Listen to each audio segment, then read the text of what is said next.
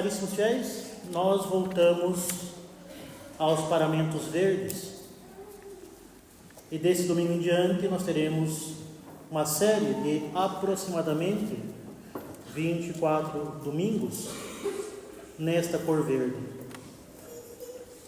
E aproveito um pequeno momento do início desse sermão, pois em outras ocasiões nós já fizemos sermões a respeito deste tempo depois de Pentecostes, deste longo tempo em verde, que é muitas vezes negligenciado, deixado para um segundo plano,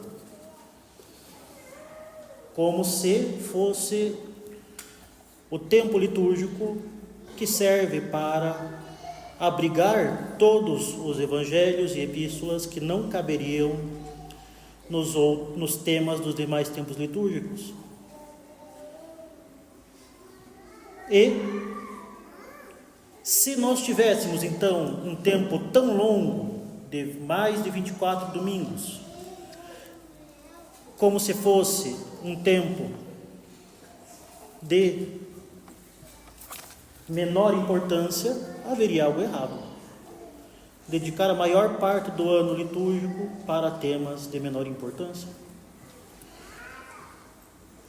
Os domingos em verde, os domingos depois de Pentecostes, que também abarcam os domingos depois da Epifania, nada tem de comum, o ordinário, mas são justamente o tempo litúrgico dedicado à igreja militante, dedicados ao nosso estado de membros da igreja militante. Justamente são os domingos da esperança que nós temos de, com os auxílios que Deus nos deu pela Santa Romana Igreja, de alcançar o céu, de alcançar as bodas eternas a qual nós somos convidados, como são convidados aqueles personagens do Evangelho, da parábola das bodas nupciais. Nós temos justamente esse chamado para a vida eterna e nós temos os meios de alcançar as bodas eternas, de alcançar o céu. Mas, evidentemente, nós precisamos não somente responder esse chamado, mas responder com o devido sacrifício, deixando de lado não somente aquilo que é supérfluo, mas muitas vezes aquilo que nos custa um verdadeiro incômodo, um verdadeiro sacrifício. Deixar de lado, às vezes, as coisas agradáveis, para buscar o bem maior, que é a nossa salvação eterna.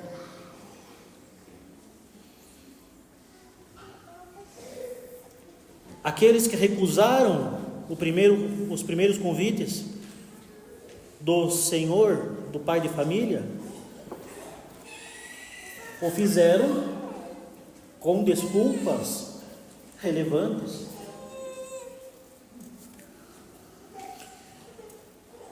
Comprou uma junta de bois, contraiu um matrimônio, comprou uma terra, mas justamente esse apego aos bens lhes impediu de alcançar os bens eternos. O apego aos bens do mundo os impediu de alcançar o bem eterno.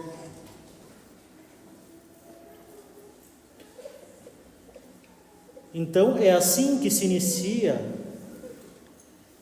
esse tempo depois de Pentecostes, esse tempo da esperança, mas também esse tempo do sacrifício que nós devemos fazer para alcançar a eternidade,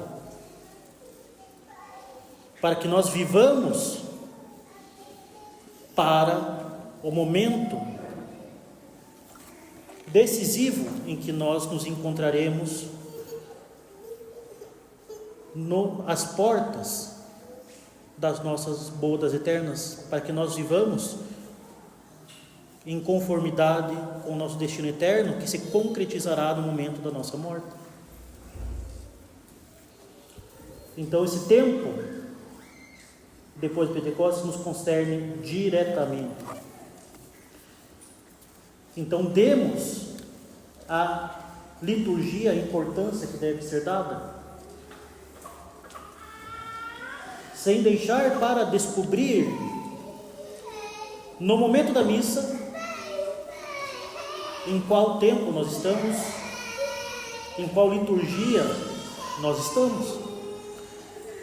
A oração da igreja, que é a liturgia, deve ser a nossa oração.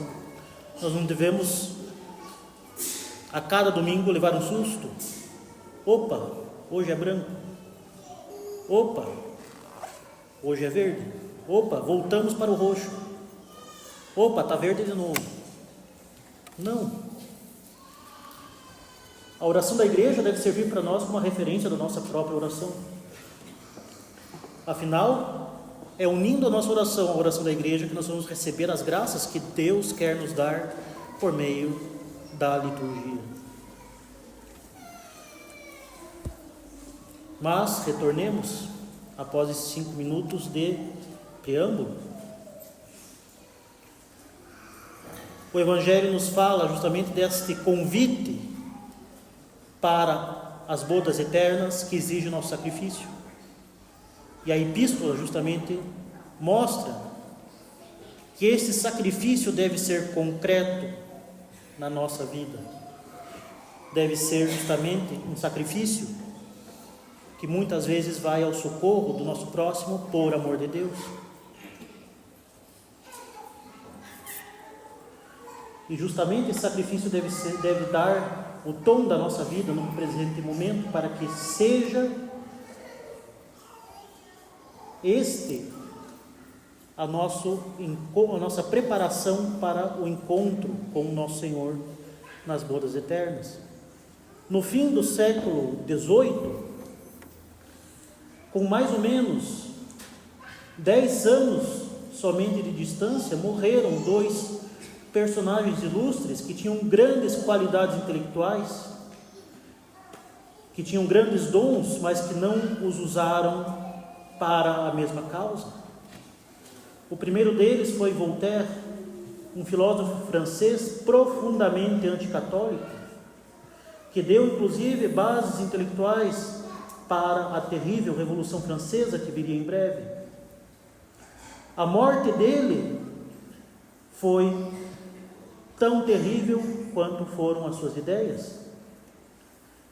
Ele tinha inclusive, em um breve momento de lucidez, escrito pedindo um padre que viesse o ver na hora da sua morte.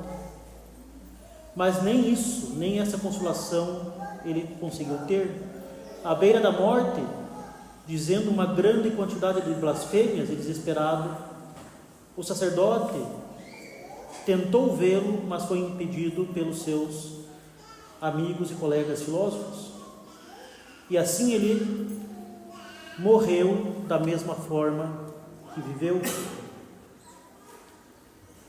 Isso deve ser justamente uma advertência para nós. Nós podemos ser aquele tipo de gente que acha que na hora da morte, ou em algum momento ilusório, mais propício no futuro, nós poderemos voltar atrás de tudo aquilo que nós fizemos e o faremos facilmente, num instante. Nós podemos ser aquele tipo de gente que fica se agarrando a um futuro incerto, na ilusão de que nós vamos ter uma chance no momento que se encontra no futuro para voltar atrás. Por que não deixar para depois, se é tão pesado mudar agora? Semana que vem eu me confesso, agora não estou preparado. Preciso de tempo para me preparar bem? E vamos assim brincando de roleta russa com a nossa alma. Será que não terei, afinal de contas, terei uma chance na hora da morte? Mas será mesmo que na hora da morte nós vamos ter uma chance? Quantas pessoas nós não conhecemos que morreram de forma repentina? Quantas pessoas não morrem todos os dias, às vezes das formas mais inusitadas? Pensemos em Voltaire, que passou a vida lutando contra a religião, querendo deixar para a última hora, talvez, algum pensamento melhor, apesar de até ter tido a luz de querer, não o conseguiu fazer. Ao mesmo tempo, praticamente nesse mesmo período, viveu um outro grande santo, Santo Afonso Maria de Ligório, fundador da Ordem do Santíssimo Redentor, fundador dos Redentoristas. Santo Afonso era um renomado advogado que nunca sequer tinha perdido uma causa. E um dia, por conta de uma injustiça que fora cometida, ele perdeu uma causa com um dano considerável para algumas pessoas que não eram culpadas.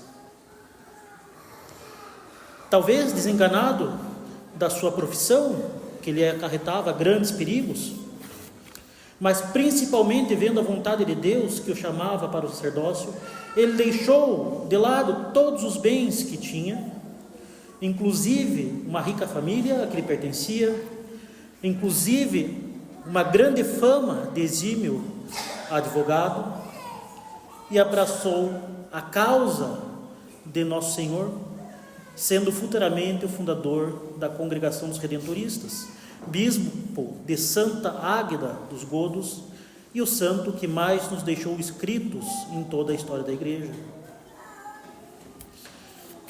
Ele soube justamente ver o bem maior, que era a salvação das almas, e deixou tudo de lado, todos os bens terrenos que lhe foram concedidos, para fazer o bem para a sua alma e para a alma dos seus próximos.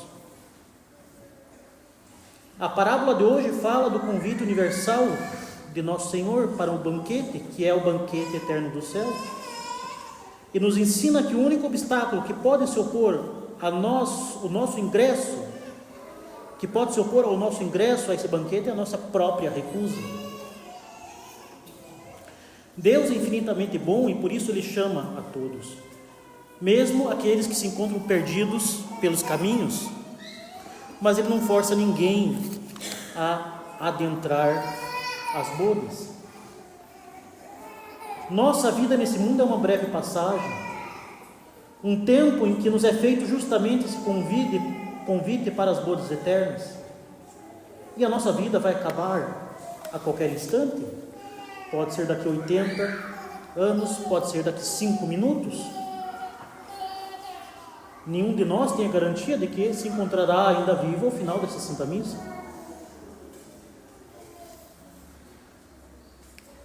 E assim, se o convite é feito ao longo da nossa vida, o momento das bodas é certo que chegará, mas é incerto de quando chegará. E assim valerá realmente a pena na nossa vida somente aquilo que será feito em vista da nossa entrada nesse banquete. Por mais nobre, por mais justo e interessante que seja o que fazemos nesse mundo, se não for para a maior glória de Deus, ou se não for para nos aproximar mais de Deus, para que servirá? Não servirá para nada, pois tudo passa e tudo de fato passará. Todos os convidados, os 3 que relata o Evangelho, que deixaram de ir no banquete, deixaram de ir por causas justas. Um tinha comprado uma casa, o que é perfeitamente justo. Outro tinha comprado uma junta de bois, e isso também é perfeitamente justo. E o terceiro tinha se casado, o que também é perfeitamente justo. Mas, como eles não faziam isso com a reta intenção de fazer a vontade de Deus e de se salvar, E como isso os afastava do essencial, que é a eternidade, não só nada disso valeu a pena, como foi causa da perda da alma deles. E é justamente nesse sentido que São João na epístola nos exorta a buscar sempre tudo fazer por caridade. Caridade em primeiro lugar para com Deus e em caridade para com o nosso próximo. Saber se sacrificar por Deus e pelo próximo por amor a Deus. Não se trata de filantropia, nem de amor ao próprio indivíduo que passa necessidade, o que pode até existir, mas justamente o principal motor que nos deve mover é justamente, em primeiro lugar, o amor de Deus. Deus nos deu os bens nessa vida para nos ajudar a chegar até as bodas eternas. Afinal, nenhum dos bens que nós recebemos nessa vida irá para a eternidade. Somente o que irá para a eternidade são os bens espirituais que nós acumulamos em nossa alma pela caridade. Os bens que nós temos nessa vida devem ser auxílios e não obstáculos, meios de fazer o bem e não fins em si mesmos. Se o bem que temos nos foi dado por Deus, como é que podemos guardá-lo para a nossa própria satisfação, sem estar dispostos a usá-los para fazer o bem, como o próprio Deus faz com tudo? E dado que todos nós temos algum bem, às vezes mais, às vezes menos, todos nós somos concernidos por esse conselho de São João, de tudo fazer buscando o bem do nosso próximo. Dom Bosco, ao longo da sua vida, tendo necessidade sempre de muita ajuda financeira para suas causas, viu-se obrigado a tratar com muitas pessoas de muitas posses.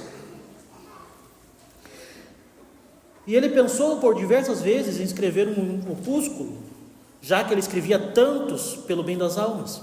Escrever um opúsculo especificamente dizendo como os ricos poderiam se salvar empregando os bens que Deus lhes deu para o bem das almas. Mas tomado pela doença já no fim da vida e pelos inúmeros encargos que ele tinha, e também pensando um pouco talvez na reação negativa que esse opúsculo pudesse suscitar, Dom Bosco postergava essa ideia. Isso até que um dia Nossa Senhora apareceu a ele para lhe admoestar, apesar de tanto bem que ele já tinha feito em sua vida. Ela reprovava justamente o fato de que ele ainda não tivesse escrito aquele opúsculo que, dizia ela, faria tanto bem para as pessoas. Tanto para as pessoas que iriam ao socorro das obras de caridade, como para as pessoas que seriam socorridas por esse auxílio. E é claro que Dom Bosco se pôs imediatamente a escrever.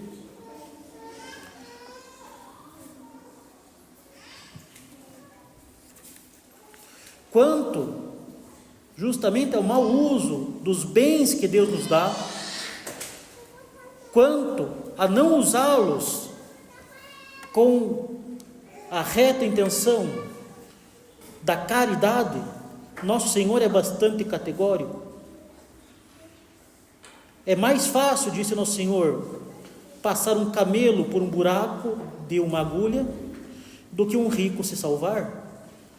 Mas não se trata, evidentemente, aqui, por rico, daquele que simplesmente possui bens, pois os bens são dados por Deus, mas do rico que se apega a esses bens e os coloca acima de Deus,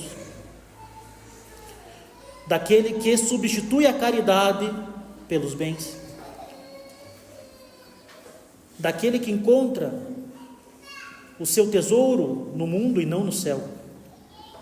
de todos aqueles que não usam o que têm, por muito ou pouco que seja, para dar a maior honra e glória a Deus, especialmente através da caridade. Nosso Senhor não é de forma alguma uma espécie de Robin Hood, que tira o dinheiro dos ricos para dar aos pobres, fazendo uma injusta justiça. Não, isso é uma besteira herética da teologia da libertação. As riquezas nesse mundo também são um dom de Deus.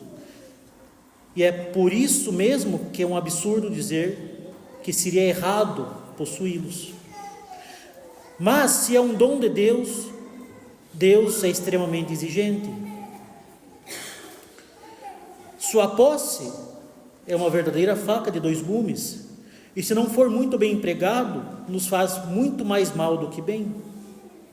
É justamente da vontade de Deus, é querido pela sua providência, que haja no mundo essa desigualdade entre as pessoas, para que dessa forma possa haver também o exercício da caridade. Se todos nós tivéssemos todos a mesma coisa, seria impossível exercer a caridade um para com os outros. Por isso mesmo, Deus criou os seres de forma desigual, para que possa haver a caridade, a modelo da própria caridade divina, que nos dá tudo a nós que não temos nada, que nos dá a própria existência, nós que não temos o ser de nós mesmos. Mas justamente ai de nós se nós usarmos os bens não para a caridade, mas somente para o nosso próprio proveito e conforto. É mais fácil então passar um camelo por um buraco de uma agulha do que um rico que coloca a sua riqueza no mundo e na carne, e portanto no príncipe desse mundo, que é o demônio, do que nos céus.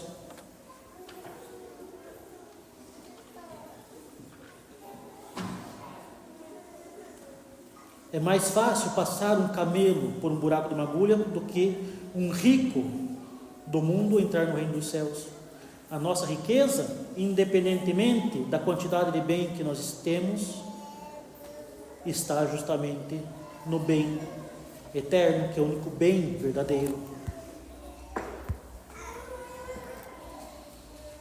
Esse modelo divino do qual falávamos é justamente o modelo de Nosso Senhor, que não nos deu somente aquilo que Ele tinha de supérfluo, mas sim Ele nos deu até a sua própria vida, para que todos nós pudéssemos ter a vida da graça. Assim não basta que sejamos caridosos somente com aquilo que é supérfluo, ou às vezes até mesmo dando ao próximo somente aquilo que nos atrapalha. E assim, achando que já fazemos muito,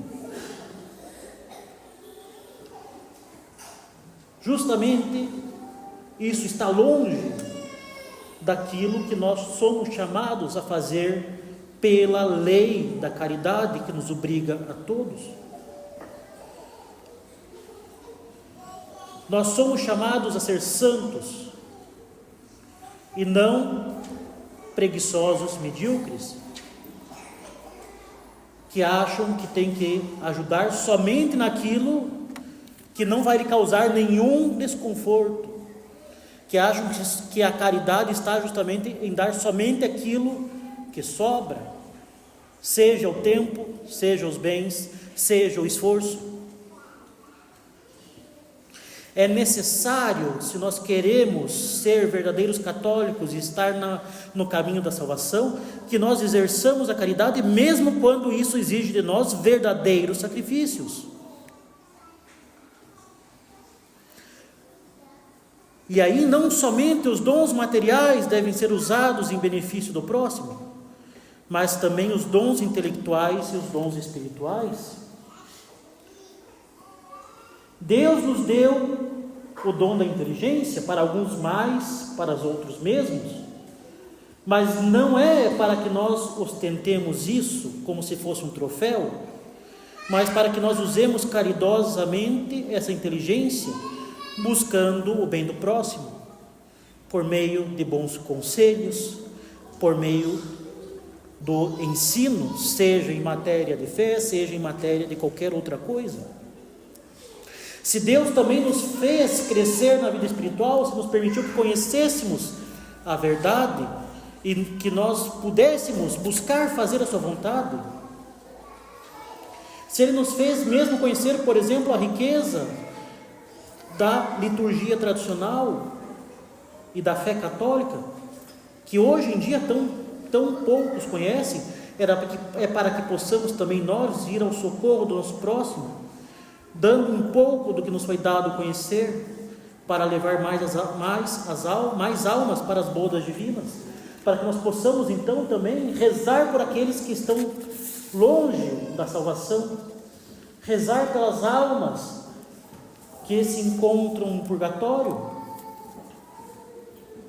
para que possam ter a salvação e que possam rezar por nós no céu.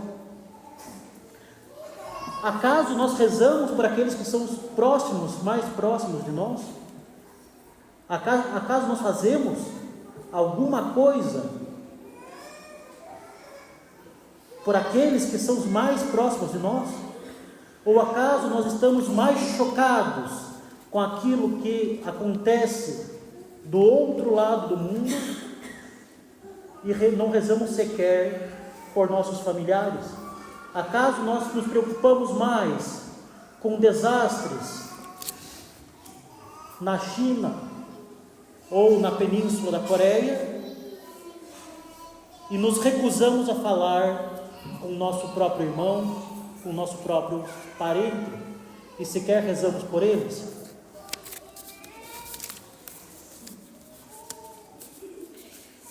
Acaso compartilhamos pedidos de ajuda para as mais diversas causas ao longo do mundo e não ajudamos a pessoa que nos pede um pedaço de comida, onde quer que seja?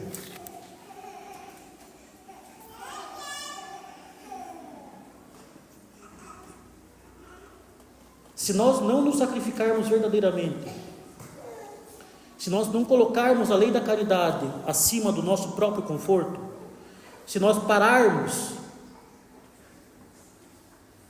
na nossa zona de conforto material e espiritual, nós faremos como os convidados para esse banquete, que se contentaram com a mediocridade daquilo que tinham e esqueceram daquilo que era essencial. Todo o bem que Deus faz por nós deve ser sempre usado para o bem do próximo, por amor de Deus. Na próxima sexta-feira, a Santa Igreja comemora a festa do Sagrado Coração de Jesus, festa importantíssima.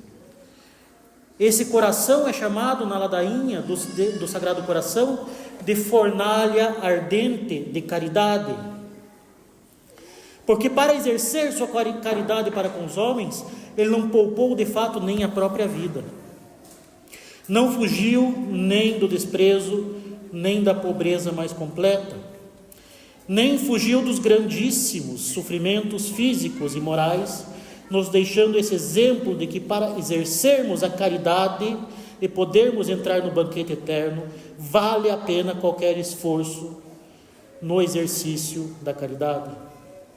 Cresçamos então, meus caros, na devoção ao Sagrado Coração de Jesus, e Ele nos ensinará o quanto vale ser caridoso, independentemente de quanto isso nos custar.